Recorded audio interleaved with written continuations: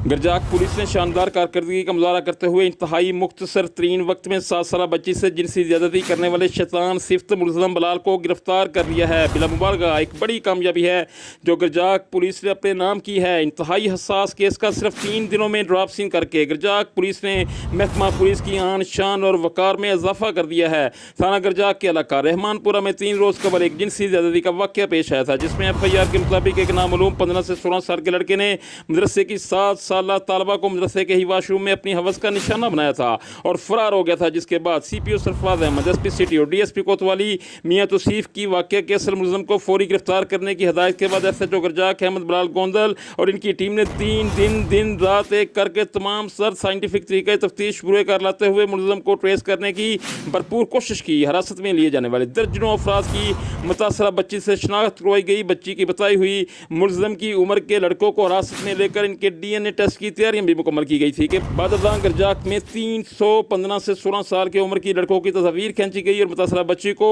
یہ تصاویر دکھائی گئی تھی، جن میں بچی نے اپنے ساتھ شیطانی کھیل کھیلنے والے ملزم کو شناخت کر لیا ہے، جس کے بعد گرجاک پولیس نے فوری طور پر بچی کے شناخت کردہ ملزم بلال کو اپنی حراست میں لے لیا ہے۔ اب ملزم کو شناخت پریڈ کے لیے سینٹرل جیل بھجوا دیا گیا ہے، جہاں شناخت پریڈ کا پروسیس مکمل ہونے کے بعد ملزم بلال کا DNA ٹیسٹ بھی کروایا جائے گا۔ دوسری جانب آؤٹ کلاس کارکردگی کا مظاہرہ کرنے پر گوجرانوالہ کی عوامی، سماجی، مذہبی، سیاسی، تعلیمی، کاروباری اور خصوصاً مدعیان مقدمہ نے SHO گرجاک احمد بلال گوندل اور ان کی پوری ٹیم کو بھرپور خراج تحسین پیش کیا ہے اور ان کے لیے اپنی نیک تمناؤں کا اظہار کیا ہے۔